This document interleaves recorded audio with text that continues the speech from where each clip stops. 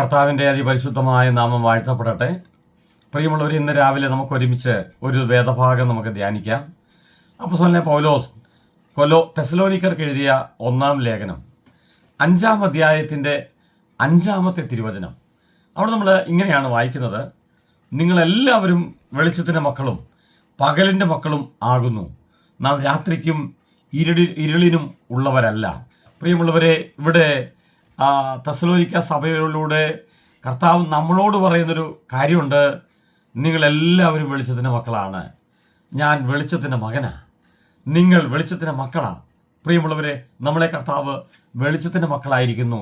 ആ വെളിച്ചം ഏതാണ്? യേശു കർത്താവ് പറഞ്ഞു, ഞാൻ ലോകത്തിൻ്റെ വെളിച്ചമാകുന്നു. പ്രിയമുള്ളവരെ, ആ ലോകത്തിൻ്റെ വെളിച്ചത്തിൻ്റെ മക്കളാണ് ഞാനും നിങ്ങളും. ഇന്ന് പകലും ഞാൻ നിങ്ങൾ പറയട്ടെ, നിങ്ങൾ ഇരുളല്ല. നിങ്ങളുടെ ജീവിതത്തിൽ ഇരുൾ വരത്തില്ല. നിങ്ങളുടെ അടുത്തേക്ക് ഇരുളിന് അടുക്കാനൊക്കെയല്ല. നിങ്ങൾ വെളിച്ചത്തിൻ്റെ മക്കളായതുകൊണ്ട് പിശാചിന് നിങ്ങളുടെ മേലെ അധികാരമില്ല. ഞാൻ നിങ്ങളോട് പറയട്ടെ, വെളിച്ചമുള്ളിടത്ത് ഇരുളിന് വരാനൊക്കെയല്ല. അത് എത്ര കട്ടിയുള്ള ഇരുട്ടാണെങ്കിലും, എത്ര കുറ്റാക്കൂരിട്ടാണെങ്കിലും, ഞാൻ നിങ്ങളോട് പറയട്ടെ, ഒരു കുറ്റാക്കൂരിട്ടിനും ഒരു വെളിച്ചത്തെ പരാജയപ്പെടുത്താൻ ഇന്ന് വരെ സാധ്യമായിട്ടില്ല, നടക്കുകയില്ല.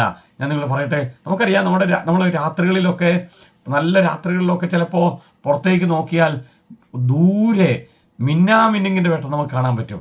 മിന്നാമിന്നിങ്ങിൻ്റെ വെട്ടം അത് ഏറ്റവും ചെറിയ വെട്ടമാണ്. എത്ര ഇരുട്ടത്താണെങ്കിലും ആ മിന്നാമിന്നിങ്ങിൻ്റെ വെട്ടം അത് വളരെ ശോഭിക്കുന്നതായി നമുക്ക് കാണാൻ പറ്റും. എത്ര ഇരുട്ടിന് കട്ടി കൂടുന്നുണ്ടോ, ഇരുട്ട് എത്ര ശക്തമാകുന്നുണ്ടോ, അതനുസരിച്ച് ഈ വെളിച്ചം നമുക്ക് ഏറ്റവും നന്നായി കാണാൻ കഴിയും. അങ്ങനെയാണെങ്കിൽ ഇവിടെ പറയാം, ഞാനും നിങ്ങളും വെളിച്ചത്തിൻ്റെ മക്കളാണ്, നമ്മൾ ഇരുളിൻ്റെ മക്കളല്ല. ഇരുളിന് നമ്മുടെ മേൽ യാതൊരു അവകാശവും ഇല്ല, യാതൊരു അധികാരവും ഇല്ല. നമ്മളെ ഇരുളിന് പരാജയപ്പെടുത്താൻ പറ്റിയല്ല. അവിടെ ഇങ്ങനെ വായിക്കുന്നു, നിങ്ങളെല്ലാവരും വെളിച്ചത്തിൻ്റെ മക്കളും പകലിൻ്റെ മക്കളുമാകുന്നു. നാം രാത്രിക്കും ഇരുളിനും ഉള്ളവരല്ല, നാം ഇരുട്ടിലുള്ളവരല്ല, നാം പിശാചിൻ്റെതല്ല. പിശാച് നമ്മൾ തൊടാനൊക്കെയല്ല, പിശാച് നിങ്ങളെ പരാജയപ്പെടുത്താൻ നോക്കിയല്ല. ഇരുളിൻ്റെ ഒരു പ്രവൃത്തിയും, ഞാൻ നിങ്ങളോട് പറയട്ടെ, എൻ്റെയും നിങ്ങളുടെയും ജീവിതം നടക്കാനൊക്കെയല്ല. കാര്യം, നമ്മൾ വെളിച്ചത്തിൻ്റെ മക്കളാണ്. നമ്മൾ വെളിച്ചമാണ്. നമ്മൾ വെളിച്ചത്തിൻ്റെ മക്കളായതുകൊണ്ട് നമ്മൾ ഓരോരുത്തരും വെളിച്ചങ്ങളാണ്. നമുക്ക് വെളിച്ചം കൊടുക്കാൻ കഴിയും. നമുക്ക് ആ വെളിച്ചം മറ്റുള്ളവർ കൊടുക്കാൻ കഴിയും. നിങ്ങളെ കാണുന്നവർ വെളിച്ചം കാണും. നിങ്ങളെ കാണുന്നവർ കർത്താവിനെ അറിയും. നിങ്ങളെ കാണുന്നവർ യേശുവിനെ അറിയാനിടയായിത്തീരും. അതുകൊണ്ട് നമ്മളെ കർത്താവിനെ പോലെ തന്നെ വെളിച്ചങ്ങളാക്കി ഭൂമി വെച്ചിരിക്കുന്നു. യേശു കർത്താവ് ഭൂമി വന്നപ്പോൾ ഇങ്ങനെ പറഞ്ഞു, ഞാൻ ലോകത്തിൻ്റെ വെളിച്ചമാകുന്നു. കുറച്ച് കഴിഞ്ഞപ്പോൾ യേശുവിൻ്റെ ശുശ്രൂഷ തീരാറാകുമ്പോൾ കർത്താവ് പറയാണ്, നിങ്ങൾ ലോകത്തിന് വെളിച്ചമാകുന്നു. പ്രിയമുള്ളവരെ, എന്നെ നിങ്ങളെ കർത്താവ് ഈ കാലഘട്ടത്തിൽ ലോകത്തിന് വെളിച്ചമാക്കി വെച്ചേക്കുക. മറ്റുള്ളവർക്ക് ഇരുട്ടിലിരിക്കുന്നവർക്ക് വെളിച്ചം കാണിക്കാൻ, സമാധാനം കൊടുക്കാൻ, അവരെ വിടുവിക്കാൻ കർത്താവ് നമ്മളെ ഉപയോഗിക്കാൻ ആഗ്രഹിക്കുന്നു. നീ വെളിച്ചമാണെങ്കിൽ ഇരുളിനെ മാറ്റാനാണ് നിന്നെ കർത്താവാക്കി വെച്ചിരിക്കുന്നത്.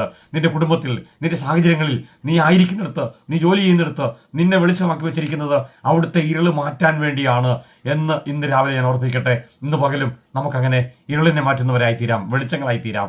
കണ്ണുകളടയ്ക്കാം, നമുക്ക് പ്രാർത്ഥിക്കാം. ഞങ്ങളുടെ പ്രിയ പിതാവേ, ഈ നല്ല സമയത്തിനായി സ്തോത്രം. കർത്താവ്, ഞങ്ങൾ ഒരുമിച്ച് പ്രാർത്ഥിക്കുന്നു. ഞങ്ങളെ കർത്താവ് വെളിച്ചത്തിൻ്റെ മക്കളാക്കി വെച്ചല്ലോ. ഞങ്ങൾ വെളിച്ചമാണ്. ഞങ്ങളെ കർത്താവ് ആക്കി വെച്ചിരിക്കുന്ന ഇരുളിനെ മാറ്റാനാ, ഇരുളിനെ കളയാനാ. ഞങ്ങൾ ചെല്ലുന്നിടത്ത് ഇരുൾ വരികയില്ല, ഞങ്ങൾ ചെല്ലുന്നിടത്ത് ഇരുൾ വിട്ടുപോകും. അത് ഞങ്ങളെ കർത്താവ് വെളിച്ചമാക്കി വെച്ചിരിക്കുന്നതുകൊണ്ടാണ്. ആ അനുഭവത്തിൽ ജീവിക്കാൻ ഇന്ന് പകലും കർത്താവ് ഞങ്ങളെ സഹായിക്കണം. യേശു കർത്താവ് അങ്ങനെ ചെയ്യുന്നതുകൊണ്ട് ഞങ്ങൾ നന്ദി പറയുന്നു.